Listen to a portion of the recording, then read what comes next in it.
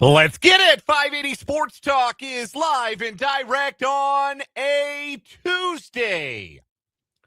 Good afternoon. Thanks for being with us here on the Sports Voice of Kansas, 580 WIBW, FM 104.9, online at 580WIBW.com, and in living color on our YouTube channel, 580 Sports Talk, and our Facebook video stream at WIBW News. However, wherever, whenever you're catching the program today, thanks so much for being a part of the audience here on 580 Sports Talk. My name is Dan Lucero. Spencer Dupuy and Brendan Dworzinski will be along in a bit. We are with you until roughly 5:45 tonight because we have got some Tuesday night hoops coming your way. A high school basketball doubleheader from the capital city tonight here on WIBW. Care Paravel playing host to Wabaunsee in some Flint Hills League action. First time we've been to Care Paravel for a regular season game. Excited about that. We'll have the doubleheader coverage for you tonight. Myself on the call. Pregame coverage approximately 5:45. You know how these things work. Expecting a start time of the girls' game of 6 o'clock and the boys' game to follow. Should be two good games, and we look forward to bringing them to you tonight here on 580 WIBW, the Tuesday night hoops doubleheader, Care Paravel and Wabaunsee. So up until then, we've got a jam-packed edition of the show today. Lots to discuss. We're going to talk some Chiefs today. Sort of feels like being the coroner, the ME, and examining the death of the 2025 Kansas City Chiefs. We won't be so dramatic as to yet refer to it as the death of the dynasty. This chapter of the dynasty is closed. A new one must be opened, and it's not going to open itself. Chiefs have to open it themselves with some substantial investment in certain areas this offseason and some wise drafting and all of that. And, of course, a return to full health for Patrick Mahomes. That will certainly be part of it, too. But the 2025 season is over, and it has ended earlier than any prior season in the Andy Reid era. And what do you do when you encounter a dead body? Well, you try to figure out how it died, right? You try and figure out how it died, and you have to figure out when it died. That's I've watched enough executive producer Dick Wolf TV dramas to know that's kind of how things work. Let's try to figure it out. Okay, how they die, when they die. Well, today we'll talk about the when. When did you know that it was not the Chiefs' year? And that's a really easy question. It's an easier question to answer in hindsight than it is as you go along. But I think there's one real clear inflection point in the season where maybe we ignored it because of what the Chiefs have been for the better part of the last decade. But there was a pretty clear inflection point where it looked like, maybe this team just doesn't have the fastball. So we'll talk about that. When did you know it wasn't the Chiefs' year? And which players this year were the biggest individual disappointments for the Chiefs? And I'm not even necessarily talking about guys who had bad seasons. I'm just talking about guys who the Chiefs needed to be better than they were this year, more productive than they were this year. We'll get into that a little bit as well. We'll look for your contributions to that discussion, of course, on our text line and in the live chat on our YouTube channel. Text line 785-272-9429. We will also, once the gang all enters in the 4 o'clock hour, we are going to draft the NFL playoff teams. We're going to have a little contest on the show during the NFL playoffs, and we are going to draft the playoff participants. And we will get points per win for each of the teams that we draft. But the effect of the exercise is that it essentially gives you a bit of a confidence level for how much do we believe or how much do we not believe in a team's ability to make a run to a Lombardi Trophy in these playoffs. So we will draft the playoff teams coming up in the 4 o'clock hour. That is coming up on the show today. Some other things we're going to get into, some KU basketball. They play TCU tonight. Can the Jayhawks avoid an 0-2 start to Big 12 play? And also, our guest today will join us, talk a little bit about that, as well as the latest happenings for the Jayhawks in the football transfer portal. Michael Swain of Fog.net joins us every Tuesday for Jayhawk Weekly. He'll swing by bottom of the 4 o'clock hour, as always, to talk all things KU. And a little bit of news coming out that I saw this morning that state of Kansas reportedly out on the Royals, that the wheels seem to be turning in the direction of the Royals staying on the Missouri side of the Kansas City line. So we'll discuss that a little bit, what that means, and the quotes from legislators on the Kansas side of that moving forward. We'll get into that later on the show. Plus, our regular Tuesday shenanigans. We'll have What Is Wrong With You, Random Question Tuesday, 580 Sports Talk headlines, all that fun stuff before we break away, whenever it is that we do break away for high school hoops. Again, text line is open, 785-272-9429. That is 785-272-9429. You can also interact with us in the live chat on our YouTube channel. 580 Sports Talk is the name of the channel. We are now 10 subscribers away from our stretch goal of 900. We are at 890 subscribers. Thank you to all of our new subscribers in the last little while. We are 10 shy of our stretch goal. And when we get to 900, as promised, you know we're people of our word here on 580 Sports Talk. We told you when you got us to 800 subscribers that I would arm wrestle Brendan on the show and on video. And we did it. We did it. So when we get to 900, when I tell you we will bring you 580 Sports Talk Idol, which will be just as enjoyable, and I'm using that term super loosely depending on how good of singers we are. Y'all remember the Olympic Roundup jingle from a couple years back? We're bringing that back very strongly, by the way. We're going to bring it back so strongly. We're going to bring it back like they've never seen before here in like a month for the Winter Olympics. But if you've heard that, you know, like I'm not exactly Andrea Bocelli, okay? So I'm still going to sing for you regardless. Brendan and Spencer will too. We'll do 580 Sports Talk Idol on the show when we get to 900 subscribers. When we get there, we'll set a date, we'll promo it, we'll have some fun with it. But we need 10 more subscribers. So go subscribe to the YouTube channel if you have not already. 580 Sports Talk, name of the channel. And if you are watching live on the YouTube stream, hop in that live chat, say hello, interact with yours truly, interact with your other listeners as well. Vance in the YouTube comments suggesting that at 1,000 subscribers, we throw a kegger. A few problems with that. One, liability. Two, Brendan, notoriously a teetotaler. So we'd have to have some punch, some ice cold water on the set. But we'll think of something for 1,000. But let's get to 900 first. Let's run through the tape in front of us before we start looking down the horizon. But thanks to Vance and Tyler and Andrew, Christopher in the YouTube comments today. Christopher reminds us that a year ago today, we were all snowed in here in the capital city. That was one of the most highly watched YouTube streams of last year on our 580 Sports Talk YouTube channel, was the episode where Brendan and I broadcast from our basements.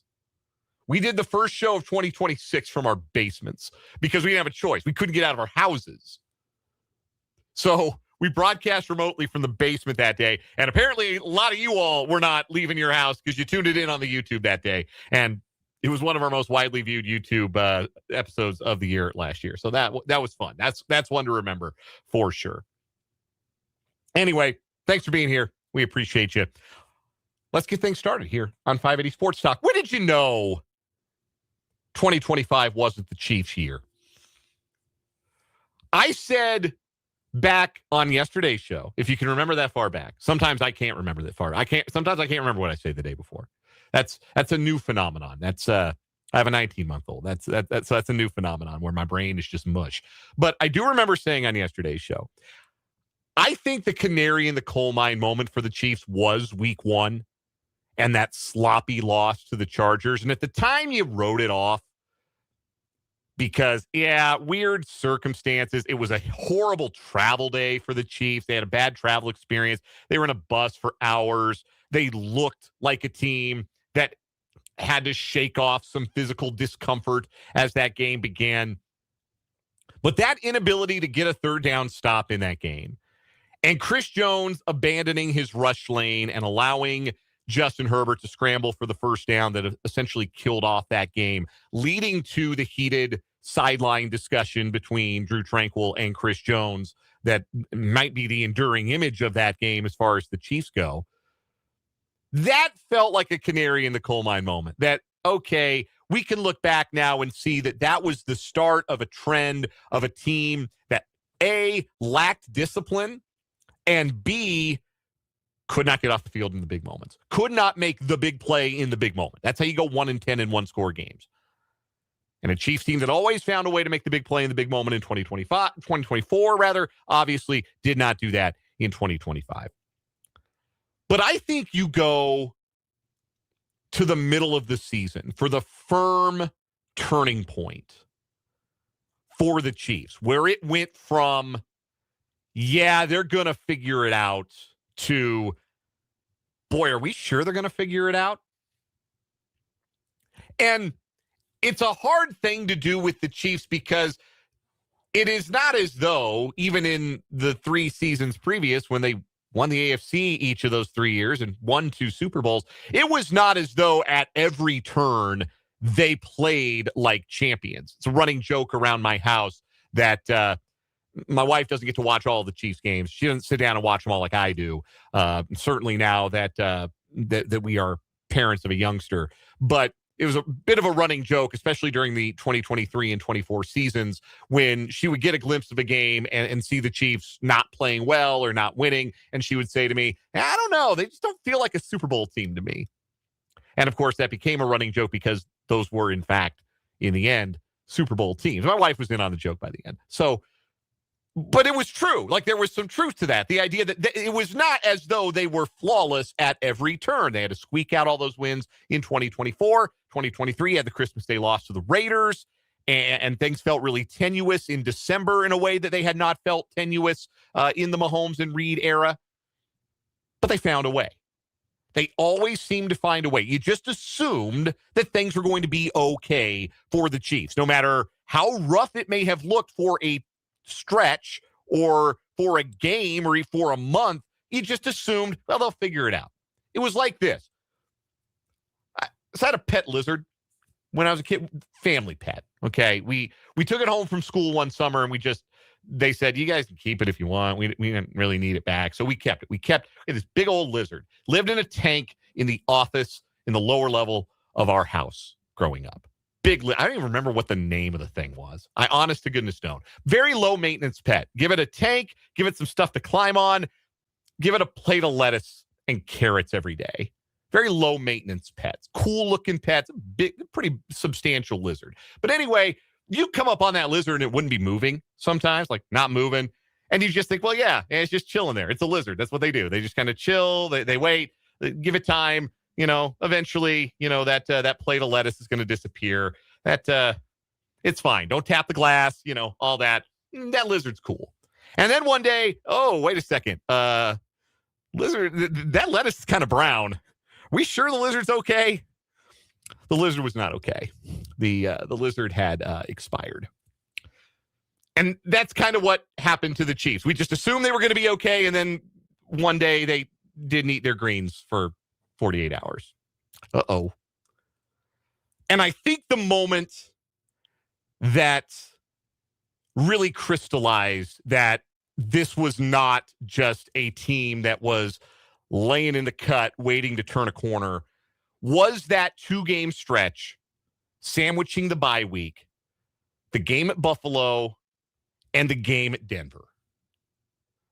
The Buffalo loss ended up being dramatic in the end. The Chiefs had the ball down a touchdown, opportunity to tie it, had the Hail Mary at the end that could have tied the game. But if we're being honest with ourselves, the Bills dominated that football game. The Chiefs didn't have a lot of answers on offense, and when they did have answers, they weren't sufficient answers. When they did make a big play late in that first half, get all the way down to the 1-yard line, they couldn't finish that drive. Finished it with 3 instead of with 7 in a way that really altered how the second half was contested. And it was not new that the Chiefs were losing to the Bills in the regular season. That wasn't what was jarring about it. But what was jarring about that game in particular was that Mahomes didn't play well. You remember his stat line from that game was not good. 15 to 34 through the air. So it wasn't they play great. They just got outplayed. Buffalo was just a step ahead. No, in that game, Buffalo schematically and energy-wise felt a step ahead. It felt like the Chiefs were not on the Bills' level that day. And again, we had seen this movie before, so we all made the jokes. And by we, I literally mean myself. We all said the same thing. Oh, yeah, hang the banner at Old Highmark Stadium. Another regular season win for the Bills. That's all they ever get over the Chiefs. Hang that banner. But that game made it look like the Chiefs weren't on the Bills' level. And then as it turned out, we found out that the Bills were a cut below some of the teams with better records in the AFC this year. That being a cut below the Bills did not mean what it has meant for the last 3, 4, 5 years. So the performance in that game being so substandard, and then coming out of a bye, and what did we assume? Yeah, that lizard's fine. He'll eat. He'll move when he wants. It's cool. Andy Reid's record out of the bye is impeccable. The Broncos can't really score. It's not going to take that much to beat the Broncos. Broncos won that game. And the Chiefs did not play well. And they were uninspired. And they did look behind schematically. They did not look like they had fixed everything over the bye. That the bye had been replenishing, restoring, recharging for the roster. To lose those 2 games back to back, I think was the moment where it became clear, even as we were in denial in real time, that this Chiefs team did not have it like the Chiefs teams before them had it. That there was a fastball they were reaching back for that they could not fire. That instead of triple-digit heat, they were sitting in the low 90s. That there was just something that wasn't quite right. That there was something missing for this team. It was an inability to meet the moment. Because those games, you could have waved off the Buffalo game if you wanted to. Because, yeah, the Chiefs lost in Buffalo. They lose in Buffalo every year. What's the big deal? Okay. But to lose to Denver in a game that swung the balance of power in the AFC West, that was the kind of game that the Chiefs had not lost since Patrick Mahomes had been their quarterback. Those were the kind of stakes that the Chiefs had always risen to meet. And even out of a bye, they proved unable to rise to that occasion. And there are, again, dozens of reasons why that was the case. But that was the moment. Those were the games. And I think the Denver game even more than the Buffalo game. The Buffalo game was probably more tangible. Just the feeling like, man, did they not have enough guys?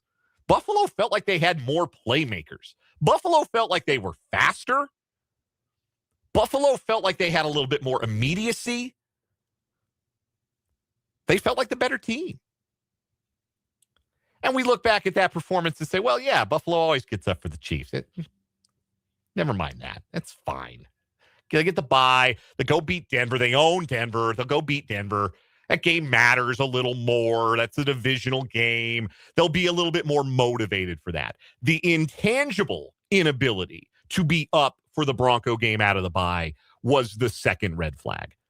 And when you frame those results back to back, I think those were the games where it became clear that this was not the Chiefs' year. They obviously scrambled back over 500 the next week with their win over Indianapolis. Kind of a last stand moment for this iteration of the dynasty. And that was their last win. They didn't win another game. They lost 3 straight with Mahomes under center. Mahomes gets hurt against the Chargers, and that's that. The Chiefs missed the playoffs for a lot of reasons this year. They missed the playoffs because of an inability to win close games. And the inability to win close games is attributable to a whole bunch of things. They missed the playoffs because Mahomes got hurt. Because in actuality, again, going back without the benefit of hindsight, in real time, if you had asked me the play before Mahomes blew his knee, are the Chiefs going to find a way to win this game against the Chargers? I would have said yes. I'd seen it too many times. I would have said, yep, they're going to go down the field. They're either going to score a touchdown and win it, or they're going to kick a field goal and win it in overtime. I've seen this movie. I believe in how this ends. And the rest of the schedule looks manageable. They'll be 7-7 with 3 games left they should win. The play before Mahomes went down, I would have still said, yes, they're going to find a way. And it might not be good enough to get in the playoffs, but they're going to find a way. And then they didn't. And I think, the seeds were planted in the offseason. We've talked about that. Didn't do enough in the offseason. Went into the year without enough playmaking juice. Obviously, injuries really hurt. The state of the offensive line in the second half of the season was unfortunate, and those are things that you can't really control. The Mahomes injury, obviously, you can't control that, but they were 5-3 coming out of that dominant win over the Commanders on Monday night, and I think at that point they were still the Las Vegas favorites to win the Super Bowl. But losing to Buffalo in more lopsided fashion than the scoreboard suggests, getting played off the field by Buffalo, and then after the bye to lose a game they had to have against an opponent they have spent years beating routinely, and not being able to meet the moment. That, in the end, was the sign that this team couldn't do it because they couldn't meet the moment at the right time. But I want to hear from you. When did you feel like, maybe this isn't the year for the Kansas City Chiefs? Maybe this isn't the year. When was the point for you? And you can, again, benefit of hindsight here, because you can go back and you can, all of our shows are still out there, podcast form, video form. You can hear us kind of hand waving away, even the Denver loss, to feel like, bad loss, but hey, maybe Denver's better than we give them credit for. They got a lot of season and a manageable schedule. They'll turn it around. But in retrospect, the Denver loss was the one. The Buffalo and Denver losses in tandem were the ones that should have made it clear there was no turning it around. And that was true even before the injury to Mahomes. When was the moment for you? 785-272-9429. YouTube live chat on our live stream, 580 Sports Talk. We'll hear from you. Also want to talk about who are the most disappointing individual Chiefs of 2025. The players that maybe they didn't stink. Maybe these players weren't bad, but they just weren't quite good enough for what they were being asked to do. We'll talk about that next. We got some college hoops to talk about. We're going to do our NFL playoff team draft. Michael Swain is going to join us bottom of the 4 o'clock hour. We got a great show today, and we're glad you're along for the ride on 580 Sports Talk.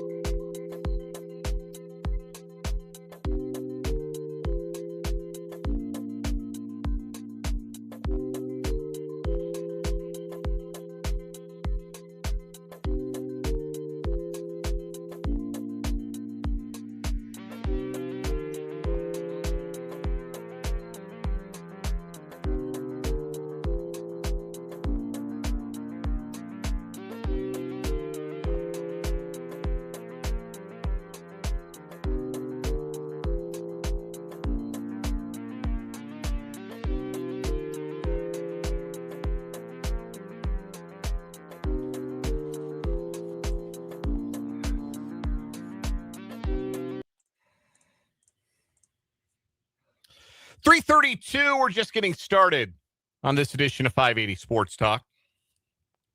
My name is Dan Lucero. Spencer Dupuis and Brendan Dworzinski will be along in the 4 o'clock hour. Threw the question out to the listeners, when did you feel like this might not be the year for the Kansas City Chiefs? And got some interesting answers from the commentariat here. First, we'll go to the text line first. Again, the text line is open, 785-272-9429. First from 785, Kelsey dropped the touchdown into the pick against Philadelphia. Hurts was due-due that game, and it didn't matter. Yeah, going 0-2 was a shock to the system. There's no question about that. And that was a very winnable game at home, and the Chiefs let it get away. And it was one thing to lose a weird neutral site game to a division foe, and it's just one. But the Chiefs had never started 0-2. And to start at 0-2 in that fashion at home, it was a sign that the Chiefs had a long way to go, that they were not exactly going to be able to hit the ground running in their pursuit of a fourth straight Super Bowl appearance. But that one was. I mean, to start 0-2 was so alien to this group. And for that to have happened, that was a gut punch. There's no doubt. Christopher in the YouTube comments also mentioned, again, YouTube live chat, our stream is live, 580 Sports Talk, name of the channel. Looked bad when Kelsey dropped the pass and the interception. The patient officially died the first offensive play of week 14. When Wanya Morris got injured, that meant the balance of the season would be with 2 third-string tackles. And to add injury to injury, Trent McDuffie's season ended during that same first quarter. Yeah, that Texans game, that was a definitive loss. Like all of the others, that's the only, in fact, 2-score loss of the season for the Kansas City Chiefs. It was a 20-10 loss to the Texans. And that did feel pretty definitive. Like there was no, the ball's just not bouncing their way. That was, Houston came in, a team that had all kinds of problems protecting their quarterback, felt like an opportunity for the Chiefs pass rush to get right, felt like an opportunity for the Chiefs to bounce back. They had the long week coming off of Thanksgiving. Again, so some extra preparation. And they turned the ball over 3 times. They lost by 10 points. And it wasn't the defense's fault. Defense actually played okay in that game. Chiefs actually outgained the Texans in that game. But yes, that was a big deal to have lost.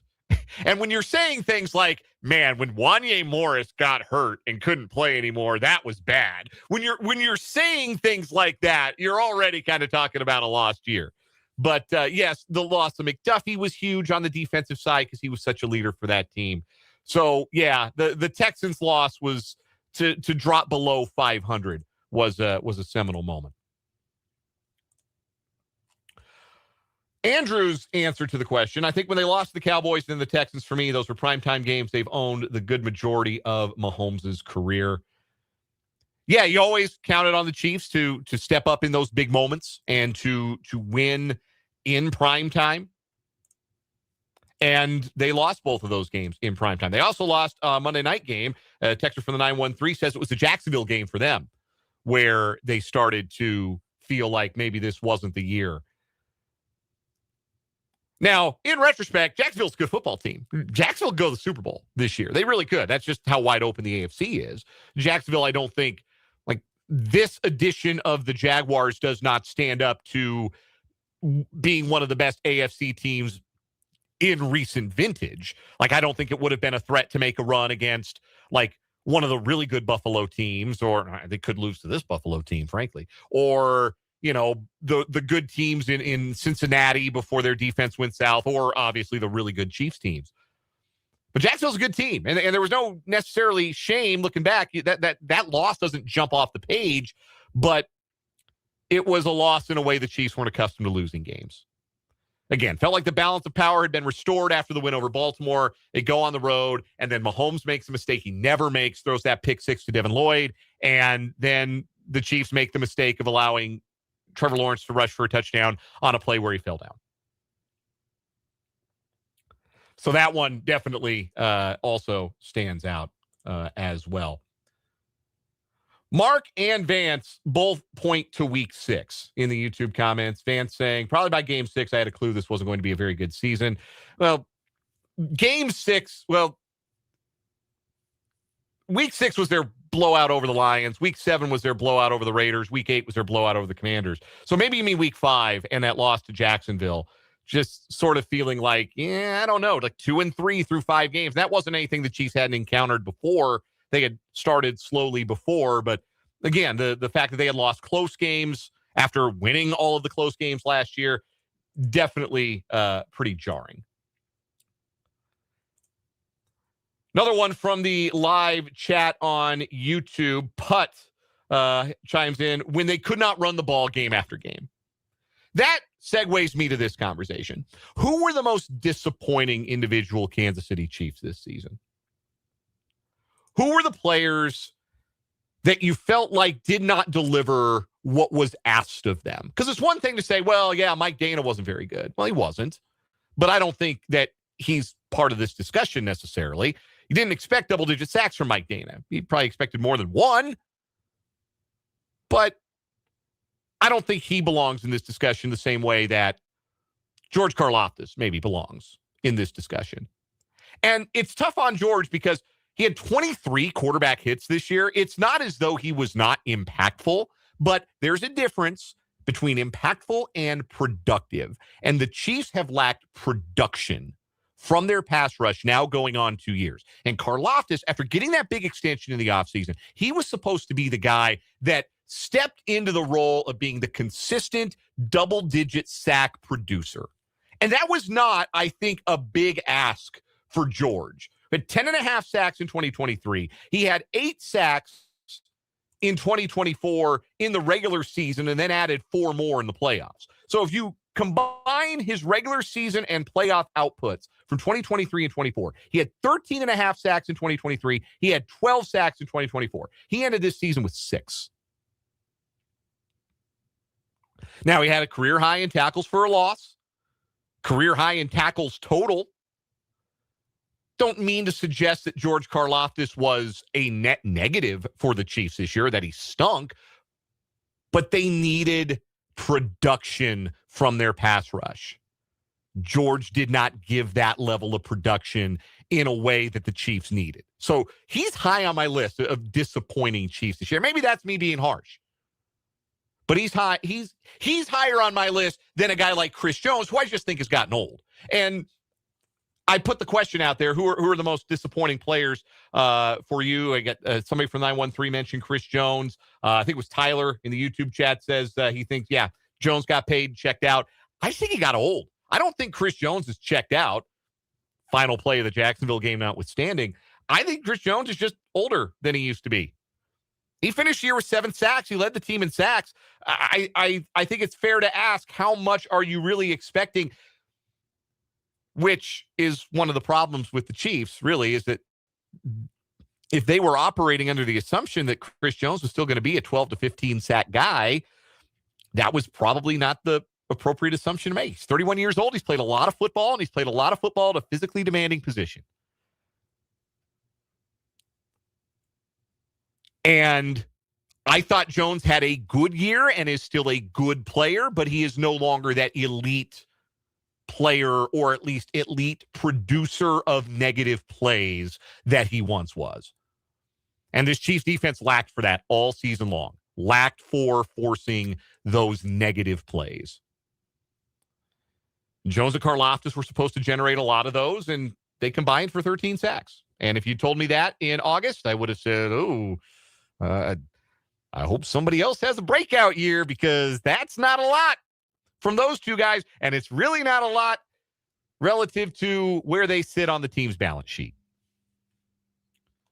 So those guys were disappointments.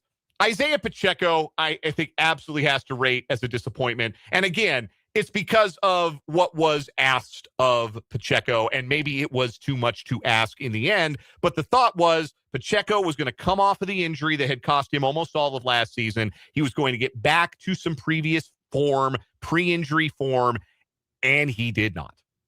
He did not. Isaiah Pacheco averaged less than 4 yards per carry on 118 rushes this season. Kareem Hunt actually had a worse per carry average. A lot of that due to the fact that a lot of his runs were designed to just get 1 yard or 2 yards. But for Isaiah Pacheco to have averaged 3.9 yards per carry and to have only caught 19 passes in the 13 games that he played, not even close to acceptable running back one production. And the Chiefs leaned on Isaiah Pacheco, believed he was going to be running back one this year, and he wasn't capable. And maybe they shouldn't have. I would argue, in fact, that they should not have. One of those things that, again, looks a lot more obvious in retrospect. But you have to include Pacheco, I think, on your list of disappointing Chiefs for the season. A couple of people have mentioned, a texter from the 913 mentioned, and Andrew in the YouTube comments mentions Rashee Rice.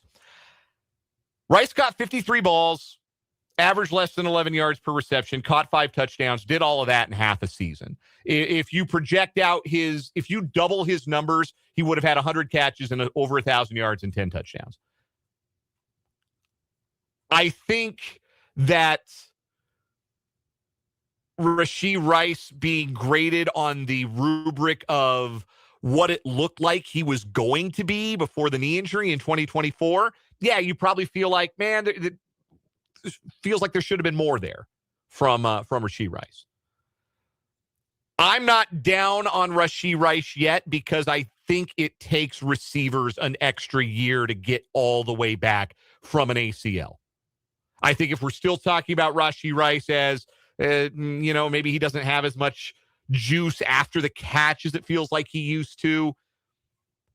If we're talking about that next year, then that will be disappointing. But I'm willing to give Rashee Rice a grace year. And again, only 8 games this year, 53 receptions on 78 targets.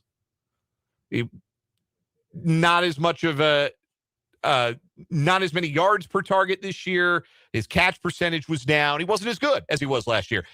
Also coming off of a pretty significant injury. I'm willing to give Rashee Rice a pass for this year. But yeah, in the end, this is the broader point, I think, is that the Chiefs were depending on guys to produce at a level that it was probably not fair to ask them to produce at.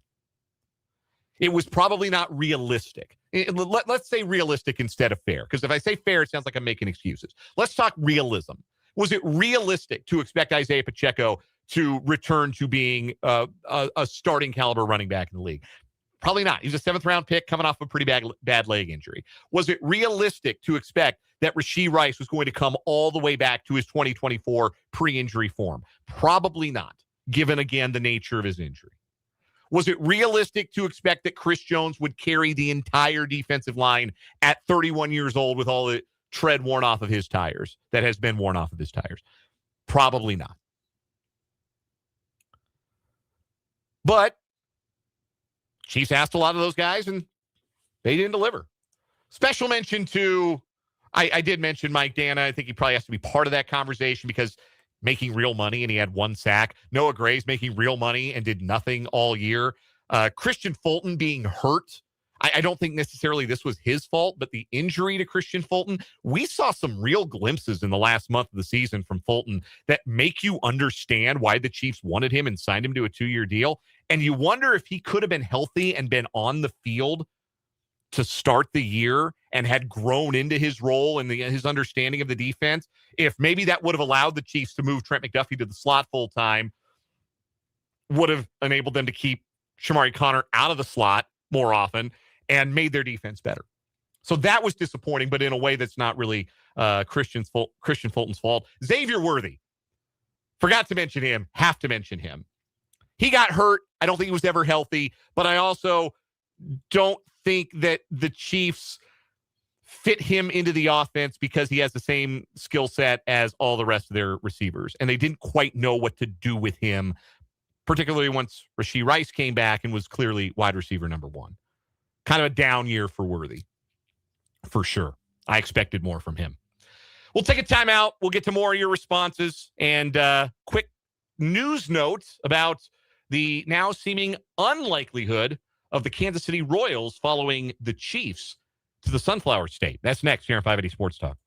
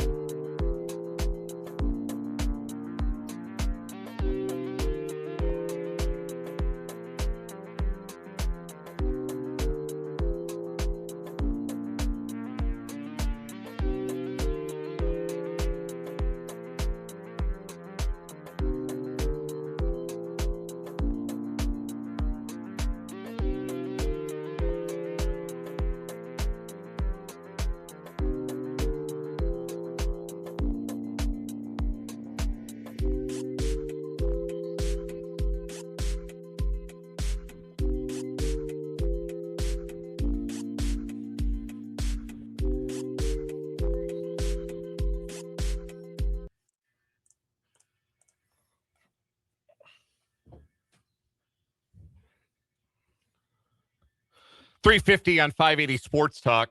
A text in, somehow not from a Duval County, Florida number to the show today. In all caps. Mahomes is getting old. Injury prone. I'm reading it like it's typed, all caps. Jaguars win Super Bowl. We sure that's not from a Duval County phone number? Are they spoofing a 785 area code?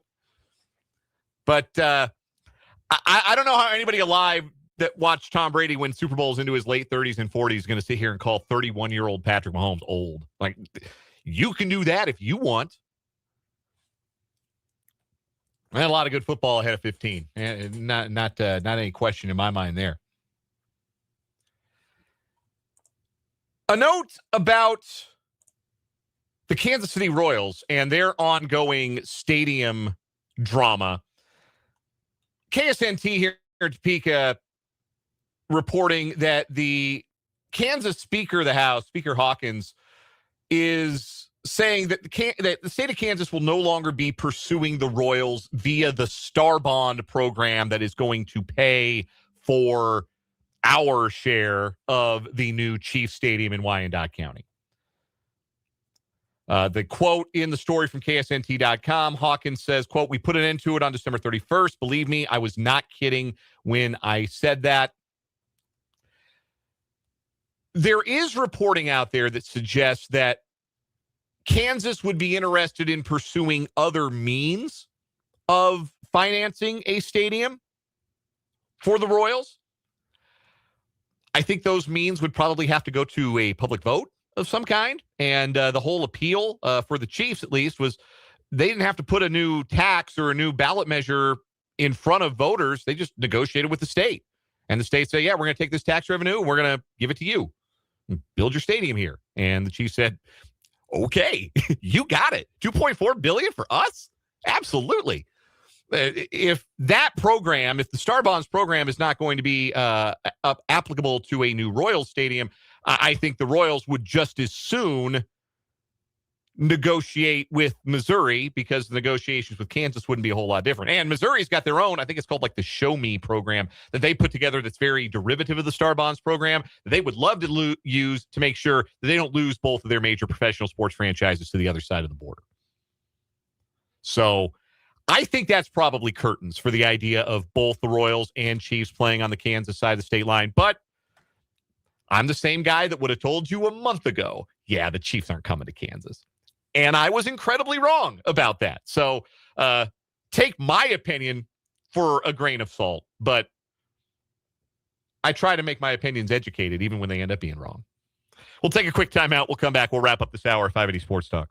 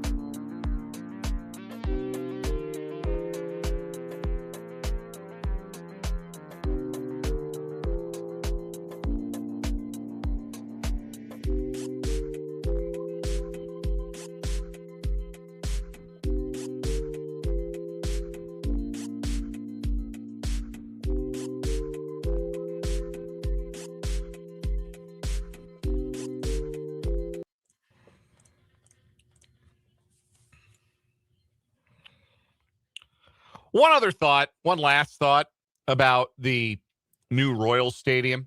Just build the thing downtown KC Mo. Do right by the people who live there and get something done that's going to make sense for greater Kansas City.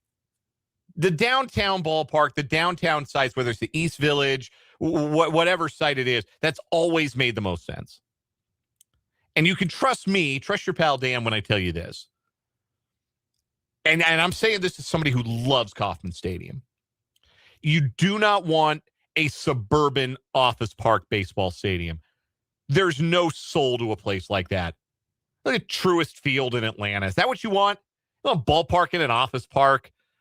Put the park downtown. Make it right with the citizens of Kansas City and Jackson County and get something done. And put that park downtown and everybody will love it. It will have an approval rating through the roof. If you're going to replace Kauffman Stadium, you better do it with a better version of what already exists. And the only way you're going to upgrade on Kauffman Stadium is you put it downtown, you make it more accessible, you make it a destination, and you fill it more often. You get people to come to games at a downtown ballpark. You know, you decide on a whim, I don't want to go to a ball game. Well, yeah, but, let's go get dinner. Let's go get drinks afterwards. Let's go to the downtown ballpark, and I'll buy a ticket. Not, I'm going to schlep out to 119th and Knoll and see a ball game. Nobody's going to do that. You want that ballpark full? You want a destination ballpark? Put it downtown. Just do it. Do the right thing. Put that park downtown. Downtown KC Mo, not downtown like Lenexa. Let me be clear. We got more to come in the 4 o'clock hour. Michael Swain of Fog.net will join us for Jayhawk Weekly. But first, the gang will be in the building in effect to draft the NFL playoff teams. We'll explain how we're going to do it, how we're going to run the contest. That's coming up in the next hour of 580 Sports Talk on WIBW.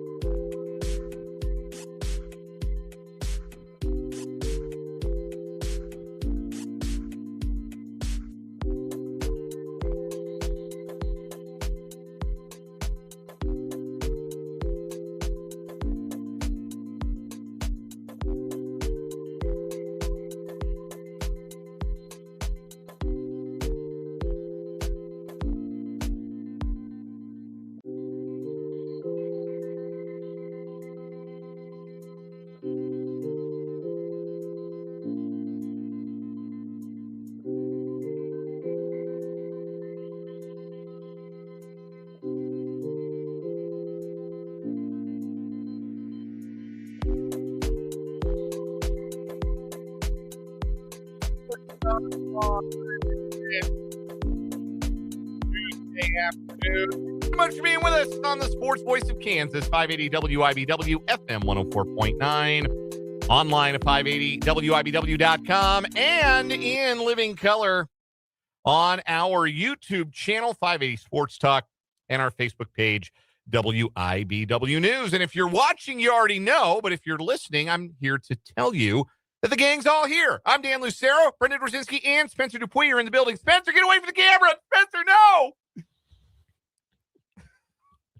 Into your living room. Spencer, coming. I had to line it up a little bit better for me. Maybe it was better for you in the first hour. But I think it's bad now. Tilt it down. Why is it so high? Your head is. You got to be centered. Okay, so I was trying to move it to the right a little bit. Yeah, you gotta come down a little bit. You gotta angle it down a little bit. I don't know. Spencer coming at you. I kind of like the view of the door. I'd rather see the board than the door. Maybe that's just me. But all right, there we go. Yeah, so that's better. That's better. You know what? If you're watching the YouTube stream, you know what we're talking about. It's great to have everybody here. We are with you again until about 5:45 here tonight on 580 Sports Talk. We'll break away for our 580 Preps Tuesday night hoops doubleheader. For the first time ever in the regular season, we're going to Care Paravel for some basketball. A little Flint Hills League action tonight as the Lions play host to the Wabaunsee Chargers. Girls and boys from Wabaunsee both ranked in the 1A Division I top 10 by the KBCA. So should be some good competitive basketball tonight at Care Paravel. Yours truly on the call. 5:45 pregame, 6 o'clock scheduled start time for the girls. Of course, we'll be on the air 15 minutes prior to that, whenever that may be, here on 580 WIBW and FM 104.9. Still to come on the show, bottom of this hour, Jayhawk Weekly with Michael Swain of Fog.net. Gee, I wonder what we'll talk about. Will we talk about Darren Peterson's hamstring for the umpteenth time? I'm sure we will. Yeah. We'll talk about transfer portal, too. Then lots happening, and big get, it sounds like, for KU today on the defensive line. Trayvon McAlpine. I like McAlpine as a name for a defensive tackle. Yeah, that's a good one. Yeah, it's the solid. Big tree. That's strong. Also, I like that. I'm going to make sure he's their guy. Yeah. Eamon Smalls from UAB. Yeah. His X display name is Big E Smalls. Yeah, I love that. That's really, so good. really good. Yeah, he's a 5-star based on that alone. But anyway, lots of Jayhawk stuff to get into with Michael Swain of Fog.net. That's coming up at the bottom of this hour. We got our NFL playoff team draft. I'm going to explain what I mean by that. That's coming up here this hour. And, of course, your thoughts on the text line, 785-272-9429, and in the live chat on our YouTube stream. If you are watching live on 580 Sports Talk, the YouTube channel, hop in that live chat. Say hello, interact amongst yourselves, grow the 580 Sports Talk community, and interact with your hosts as well. 9 subscribers away from us having to do karaoke. We have added one today. We're up to 891. All right. Moving on up. Means we got to figure out how we're going to do it.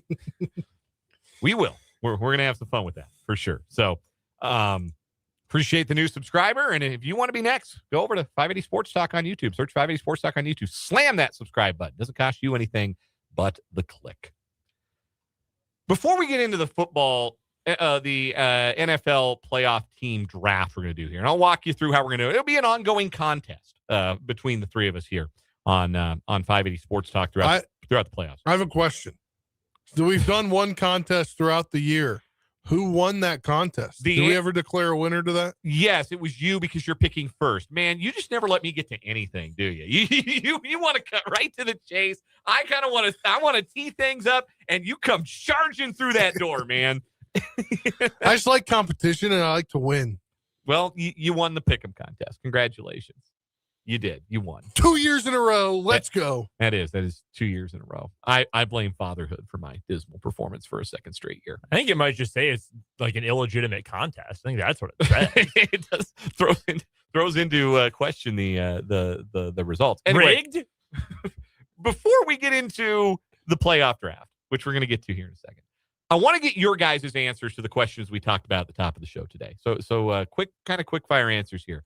But I want to hear both of your answers first.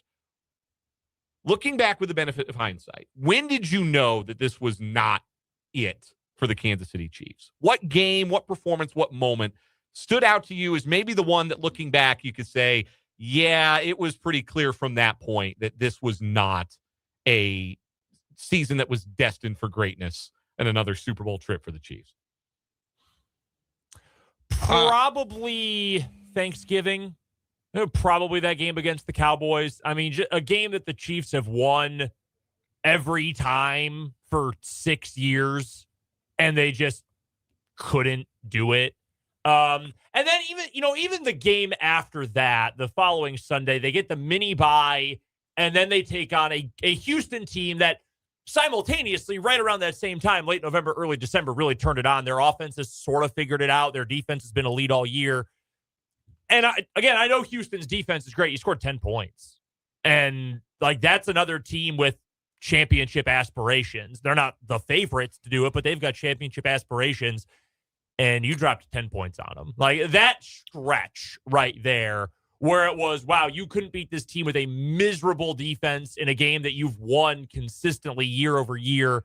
And then against another team in a similar tier to you, you didn't really have a chance. Spencer, what was your answer? Hindsight for me, it was the fact that a game that I was at covering, it was 7-7 against Washington at the half.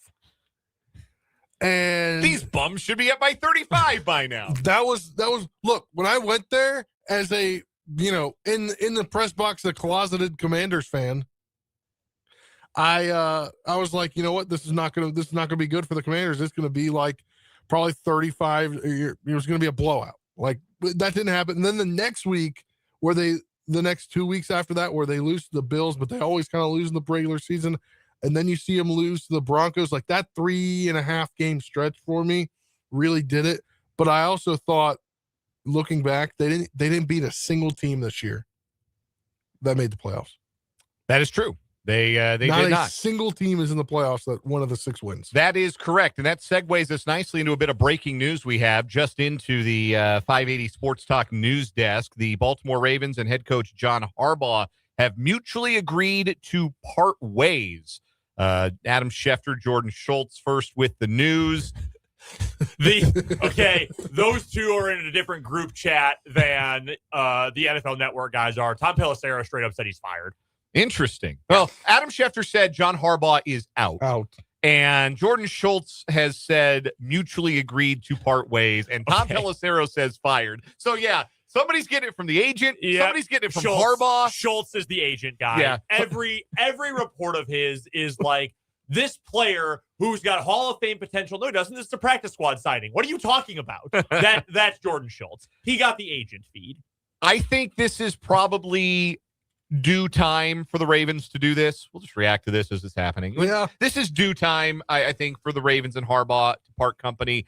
The Ravens have had really, really good rosters. Even if this year they didn't have as good a roster as they've had in past years, it feels like the defining characteristic of Baltimore Ravens football over the Lamar Jackson era is underachieving. They have been an underachieving football team relative to the talent level on their roster since Lamar Jackson took over as the starting quarterback. So even though John Harbaugh has a Super Bowl ring on his finger, and I think if he wants to work next year, I think every team with a vacancy will probably call and inquire about his availability. I think that we started to see some diminishing returns with John Harbaugh as the head coach in Baltimore. This feels like the right time for this. It's funny. There was all the talk about the only two coaches that have faced each other more were Curly Lambeau and George Halas. Tomlin and Harbaugh doing it for the 40th time, 41st time, whatever. But both have kind of been in the same spot for a while now, right? And it's probably, for all the, I know your dad, a big Steelers fan, not a huge Tomlin guy. Yes. Can't stand Mike Tomlin. By the same time, and I think Mike Tomlin's a very good coach. I think he has probably, they have been spinning their wheels as well, but I think Baltimore's teams have been better than Pittsburgh. Yes, they have had better rosters, and the results have not been what you would expect from... Certainly better quarterback play. My God. You've had an MVP in his prime. You've been to one conference championship game. I mean, that's it right there. That's why. Aaron Schatz of formerly of Football Outsiders. He's the DVOA guy. He's at FTN Fantasy now. He just posted on Blue Sky, like Andy Reid when he left the Eagles, Harbaugh from the Andy Reid tree, funny enough. This is a good coach who needs a change of scenery. I think I agree. John Harbaugh is a good football coach. I am sure that he is a very good football coach. I do wonder, though, like the thing with Reid is he was always the offensive genius, right? And at some point, he had overstayed his welcome in Philly, probably. He also didn't have the quarterback. And you saw, like, Alex Smith, good NFL quarterback, fit the system very well, very smart guy, fit the system well, a lot of success. Then they found the guy, and Andy Reid's won 3 Super Bowls. Harbaugh's not, like, you're not getting Harbaugh for the scheme, right?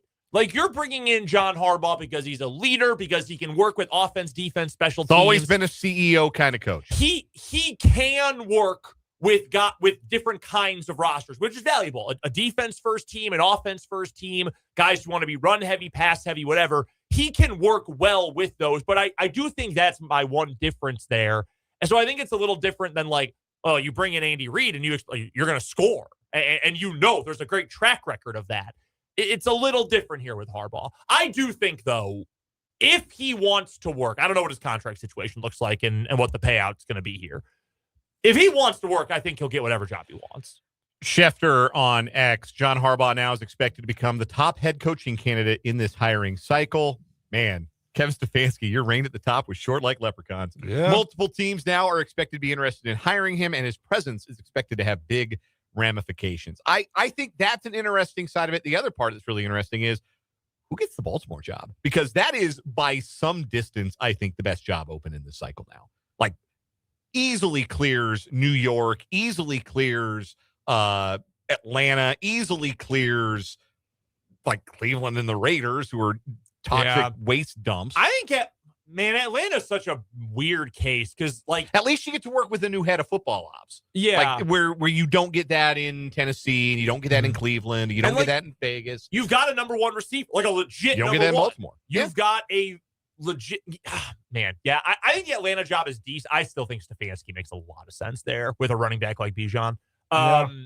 Yeah, that's a great question. I don't know. That's going to be very highly sought after. I wonder if there was a little, and I'm just wondering out loud. I'm wondering if there was any, like, it's him or me with Lamar and Harbaugh. Because that had gotten kind of loud in the last couple of weeks. Yeah. That not that the relationship was bad necessarily, but just like you're either sticking with Harbaugh or you're sticking with Lamar. And you probably made the right call. I'd say it's more likely than not you made the right call. I'll let you guys know on this a little bit more in headlines coming up in the 5 o'clock hour. But real quick trivia question. This will be the 4th head coach. Whoever the Ravens hire will be the 4th head coach in the history of the Ravens franchise since they started in 1996. Harbaugh, Brian Billick, each won Super Bowls. Who was the inaugural head coach of the Baltimore Ravens? Was there for 3 seasons. If you can name him, I will give you all the money in my wallet. I think I feel like this is something I learned at one point. Yeah.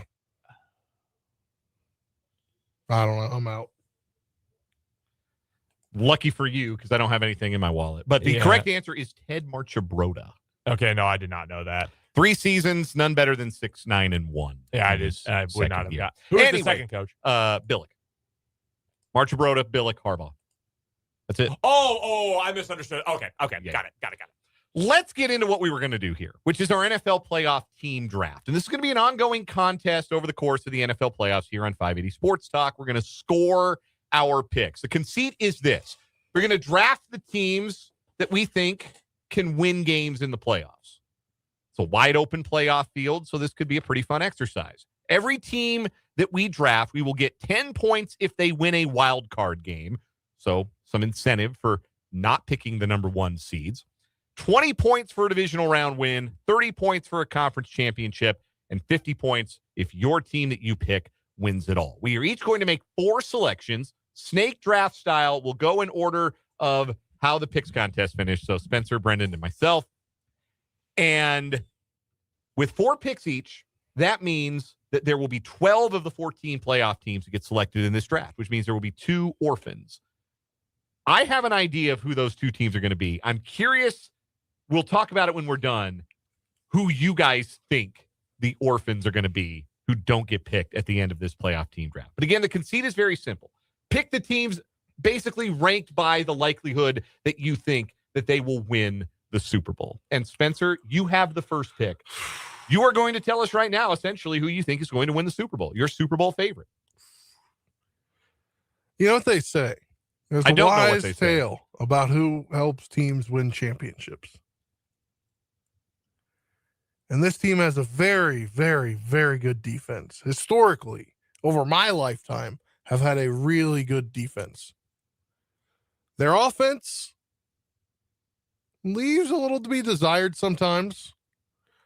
But if they can score a couple touchdowns, their defense can hold them with the best of them. Seahawks. Okay. So the number 1 seed in the NFC is off the board. I can tell you they would not have been my first pick in this exercise.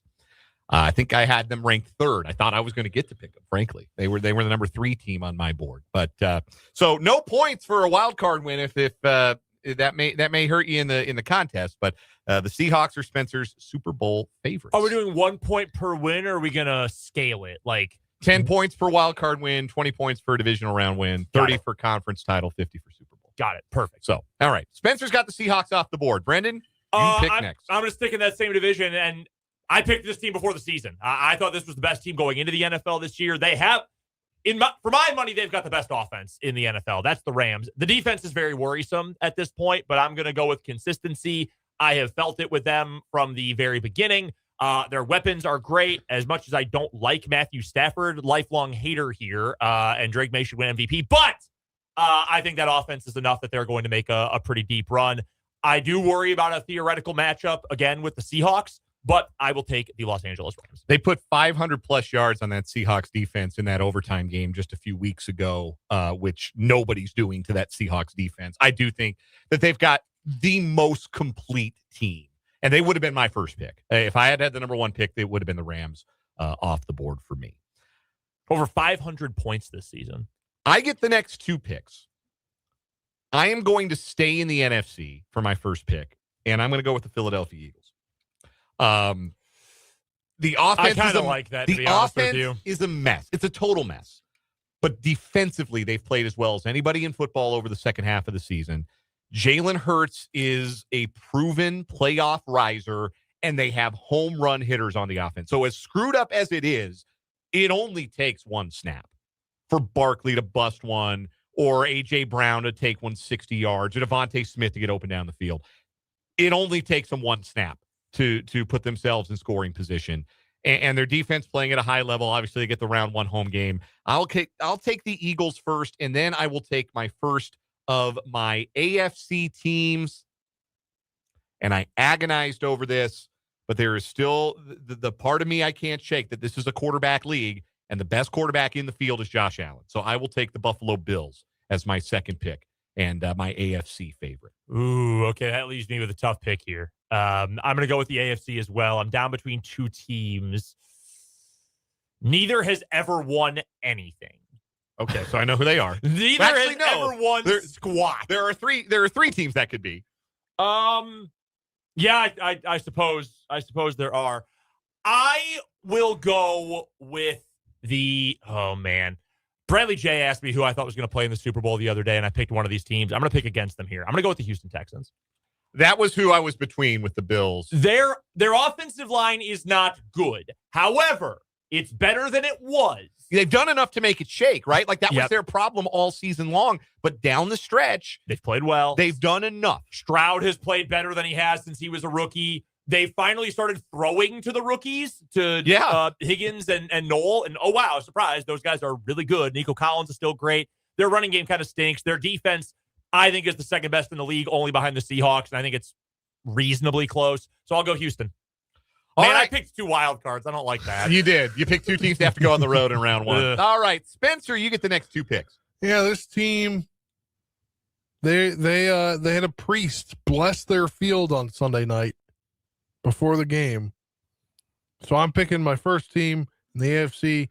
Nobody believes in them in between the 3 of us, except for me. Steelers. I will tell In you the right second now. round? I will tell you right now. Wow. I would not have picked the Steelers if it were my last pick. I would not have picked the Steelers. I would have thought they would be one of the two teams that didn't get picked. Their offense is just toilet water. So Give me DK and the returns. And they've caught a terrible matchup in round 1 against the Texans. That's the other part. I do hate that matchup for them. All right, your next pick.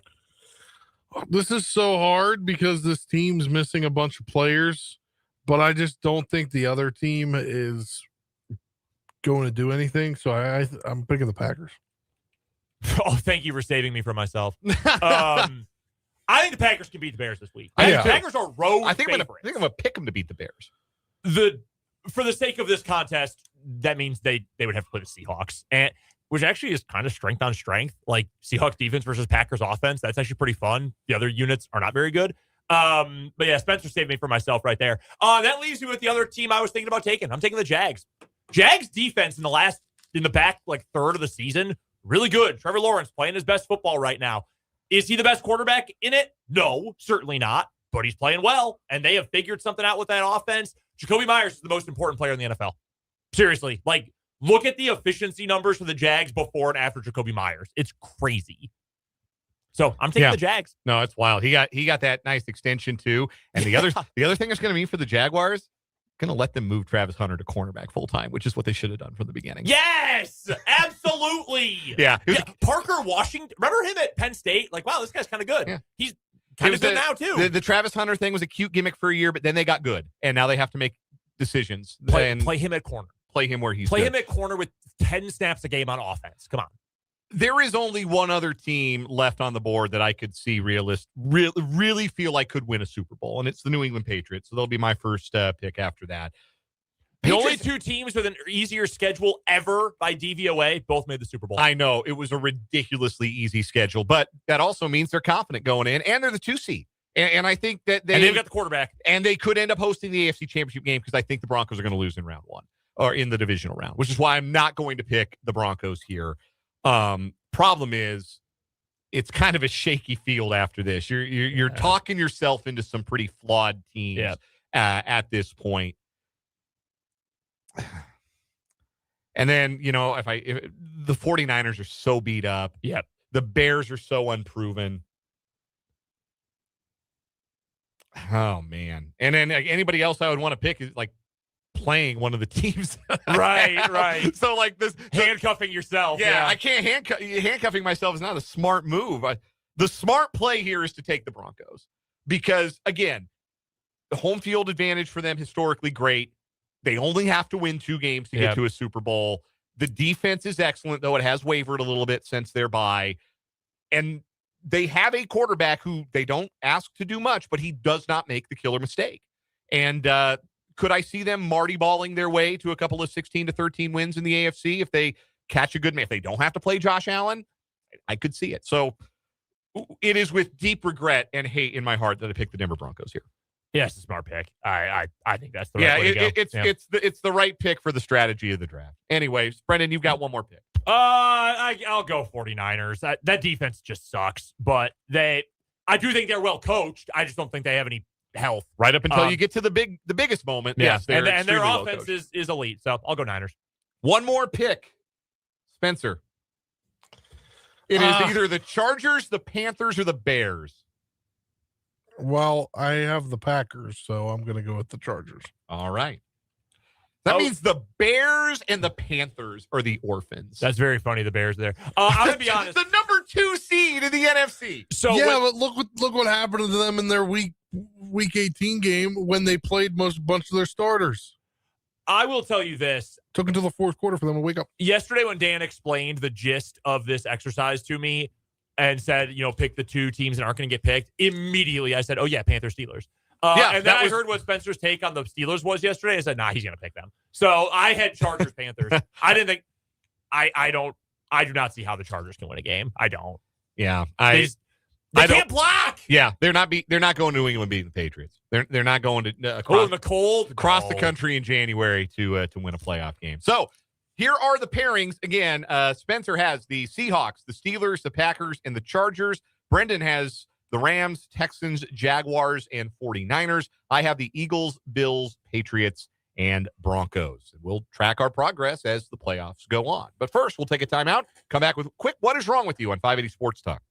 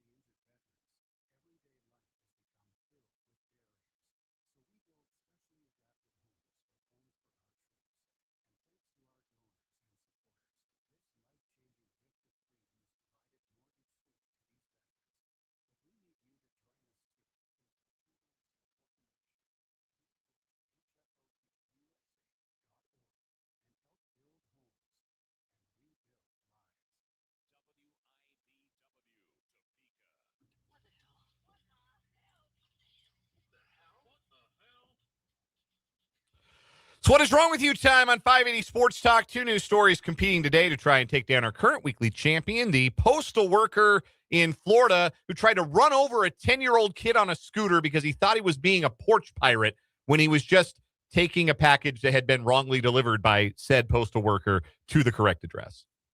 Kid hurt his ankle, and then he stole the kid's scooter. Jeez. Yeah, bad guy. Very. I've done more thinking about this. This guy, this postal worker, literally none of this crap would have happened if he just delivered it to the right address. Yeah, it's all his fault. And literally. Then somebody got hurt and he gets arrested. You pay better attention on your job. My story today. My son, who's 19 months old today, loves buses. They're his favorite right now. He calls them beep beeps because the horn on the bus goes beep beep beep. And the wheels on the bus go round and round. Well, I am not clever or appropriate enough to tell you what these two people were doing on a City of Detroit bus, but senior Detroit Department of Transportation officials abused their authority by shielding employees who disrupted bus service by having a romantic interaction, abandoned a running city bus, and violated workplace rules. The investigation began after an anonymous complaint alleged that Senior Transportation Service Inspector Andre Reese and bus driver Dana Ruff engaged in, quote, inappropriate intimate behavior. Why do people keep doing this in moving vehicles? The driver on the bus goes up and down, up and down. That's the best I can do. I'm sorry. Falsely reported mechanical problems and left a bus running and unattended, causing major service delays. The romantic interaction resulted in a 115-minute disruption of services and a waste of city resources. On May 6th, 2 weeks later, the pair again met repeatedly and abandoned a running bus, prompting additional delays. 5-day suspensions were issued by Superintendent of Operations Howard Bragg III, which was found to not be appropriate because he failed to conduct a proper investigation before issuing discipline. Jeez Louise. You know how mad I'd be if I got delayed 2 hours riding public transportation because the driver abandoned the bus to get it on with her boss? Awful. I'd be irate. All right, this one's going to win today, but the wrong person is in trouble here in my story. Wrong person in trouble. We're going to Florida, where a woman has been arrested after investigators say she spent more than $400,000 accidentally deposited into her bank account by her employer rather than reporting or returning the money. The funds were mistakenly overpaid and remained unnoticed long enough for the woman to access and use the money. Not her fault. No, blame her employer. Bank error in your favor. Collect $200. Police Don't play allege Monopoly. that instead of alerting her employer to the error, the woman used the money for multiple large purchases, including buying a whole-ass food truck for her family. She also sent more than $100,000 to relatives in Argentina, where they used them to buy and build a house. She also purchased several luxury items. According to investigators, she told officers she believed the money was a blessing from God and Correct. did not think it needed to be returned. God takes many forms. The cops did not agree with that. She has been charged with theft and fraud-related offenses. Not her fault. They gave her the money. That is her money. Yeah, I agree. Once it's in my account, it's mine, man. Absolutely. This is not her fault. Justice. Free my lady here. Justice for this woman. Free her. Whose name we never get in the story. No, we do not. Okay, yeah, I'm going with the driver on the bus going up and down as our winner today. Does that beat the postal worker trying to run over a child? Some real awful people this week. I'm going to say no, actually. No. All right, there we have it. 2 votes. Tough battle, though. Yeah, really strong battle for January 6th of 2026. But the Gone Postal on a Porch Pirate continues as our champion on What Is Wrong With You. I'm out of here for High School Hoops. Care Paravel and Wabunsie tonight on 580 Preps Tuesday Night Hoops. Michael Swain of Fog.net joins the program next here on 580 Sports Talk.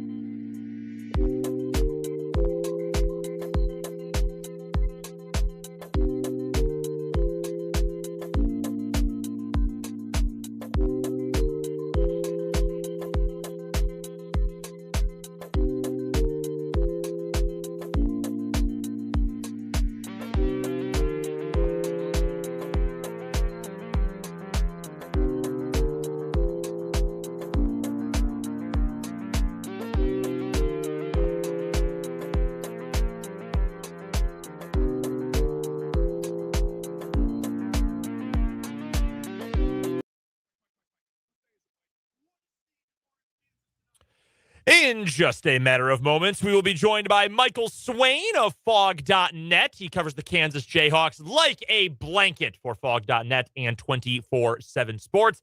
Hop on the phone line here, the phone line to join us to talk all things KU basketball, a little KU football transfer portal, and a whole lot more. So now we are all good to go on the Fleming Place Wine and Spirits hotline with our guy, Michael Swain. Michael, let's start with hoops. How close are we here to KU Darren Peterson Ewing theory? Like is this team better if it's not Darren Peterson out there? Because no one seems to be able to play any well when he's actually on the floor at this point. No, KU's not better without Darren. I think you're just seeing the impact that this in and out of the lineup has had on just this team overall. You know, I think it's one of those situations where I think you're seeing how much KU missed having Darren against bad teams. And I mean that literally. Like, KU could have used him against Towson and against Davidson, even if he's at 50%, because of the fact that right now, it feels like to me, there's just kind of this aura effect right now with the rest of the team. Where Darren, when he's played, right, he's been lights out. He's been so good that when he's on the court, the rest of his teammates are like, oh, let's go. Darren's playing. Let's let him go to work, watch him do his magic. And I think it's gotten away from some of the things that made KU a good team in kind of mid to late November, right? When that run happened at the players era, and then coming off that, playing pretty well against UConn shorthanded. Like, it was just, the team played a certain style then. And I think since Darren has come back, I think it's been an adjustment process. And I think KU is just needs to get more minutes with all these guys together. And obviously the whole, is he going to play? Is he going to come back in the game stuff that's taken place? You know, the really, 5 out of the 6 games he's played or something like that. Like, that does not help things at all either, because you've got players that are, even if they say it's a next man up mentality, they're still going to be looking over at the bench being like, is Darren coming back in? Where is he? And when he doesn't, obviously, you know, then you've seen guys like Melvin Council put their foot on the gas and be ready to go and have a good performance. So KU needs Darren, but KU needs Darren to be consistently available so that his teammates can get used to playing with him. Is there anything else major you take away from that game against UCF? Like, there's no doubt in my mind if he's able to play a full second half, KU ends up winning that game. Maybe it's close. Maybe it's not the prettiest win in the Bill Self era, but I think KU ends up winning that game. Unfortunately, they cannot. Is there anything else major you take away from that game this weekend other than, you wish DP was out there a little bit more? Yeah, I think defensively, it was a concerning game just because UCF and the way they really attacked kind of KU switches, especially Bryson Tiller. You know, that's something that inside against TCU I'll be watching. Like, is that something that TCU tries to do? Do they try and get their guards on Bryson and attack him off the dribble? Just overall defensively, like the connectivity switching, that wasn't to the same level, I think, as we saw KU play at in non-conference play. And so they've got to really figure that out, because we've seen this offense is going to be average, slightly above average at best. They're going to have stretches in games where they just can't do anything. And because of that, their defense has to be on point. And when it's not against a team like UCF, you're going to have some issues. And so you look at the rest of Big 12 play, and KU is running out of these kind of lighter games, because all of a sudden you get into, kind of late January and into the month of February, it's all tough games. So I think from this game, like defensively, I've got some concerns about KU and where things are trending. We're talking to Michael Swain. He covers the Kansas Jayhawks for Fog.net, part of 24/7 Sports, and its network of team coverage sites. It's national network as well. You can find him on all your social media at mswain247, and of course his phenomenal work at Fog.net. All right, so let's look ahead to tonight then. And I know I've asked you this question, and Dan and Spencer have asked you as well, Michael, and it's almost impossible to answer. But what can we expect? Based on what you're hearing, being in the media sessions and talking to people within this program, what do you think we can expect from Darren Peterson tonight against TCU? Well, he's going to play the first half, and that's it. No, I'm joking. He's going to play the first half. I'll be very interested to see what his minutes look like. Obviously, there's a whole thing about Bill Self after the game. I think trying to protect Darren and not make him the scapegoat of the game, saying, oh, he's on a minutes restriction. So it makes it sound like, oh, he didn't pull himself when he did. Look, you got to watch the minutes in the first half, and then KU's got to figure something out in the second half, because it's so clear what's happening. Darren plays the first 4 minutes. He looks fine, and then he goes and sits. And just the period of the rest that he gets there leads to tightness, leads to the cramps, leads to whatever. And then when he's tried to come back in, that's when he's had the issues, right? You can go back to Missouri, it was like that. Against NC State, it was like that. Against UCF, it was like it's been pretty consistent. And so I think tonight, what I'm going to be watching is, hey, cool, how much does Darren play in the first half? Second half, how does KU handle his minutes? Do they play him for one long stretch to start the second half? Do you play him 8 minutes, sit him for 4 and then play him, the remaining minutes of the game? Like, is that how they try and go? I don't know. So, but he's going to start, and he's going to play well in the first half. It's just a question of how do his legs hold up in the second half. And my question here is kind of, what does this mean when Bill Self says his legs aren't there? Is that conditioning? I don't think so. Is it the cramps coming back? Like, it's just one of those things where I also wonder here how much of this is kind of mental for Darren as well to get over. We're joined by Michael Swain of Fog.net and 24/7 Sports. And Michael, is this Flory the Flory we're going to see for the rest of the season? Getting there on nearly a double-double every night, but doesn't get there. Just slightly under 10 points, around 8, 9, 10 rebounds. Is that the guy we're getting for the rest of the season? I don't think so. I think a matchup tonight should bode well for him. I think he's going to struggle with anyone's, kind of 6'11" and above. I think you've kind of seen that consistently during his first 2 seasons of college. But you look at what TCU's got, right? Their center, they're not playing a 6'10" guy. They're playing a 6'8" guy, and so I think that's one of those deals where Flory size-wise should be perfectly fine in the paint. It's those games against the bigger centers that you've got your questions. And I think that you can look at his splits between non-conference and between high major and mid-major. Against mid-majors, he's shooting 70%. He's averaging 17 points a game. Against the high majors, he's shooting like 52% and averaging 11 points per game. So the efficiency is really dropping off again when he plays bigger players. And so I think it's going to be very matchup dependent with him. I think there will be games where he gets you 15 and 10 against smaller centers. And there'll be games when KU plays the bigger 7-footers that he's just going to be less effective because he, as an offensive player, is just kind of limited. And so it's one of those where I think KU's got to find ways to put Flory in positions to have success. And then Flory's just got to finish. When he's got the chances, he's got to put the ball in the hoop. So I think for him, a lot of this is going to come down to matchup dependency. Wrapping things up on Jayhawk Weekly with Michael Swain of Fog.net, joining us at the bottom of the 4 o'clock hour, as he does every Tuesday on the Fleming Place Wine and Spirits Hotline.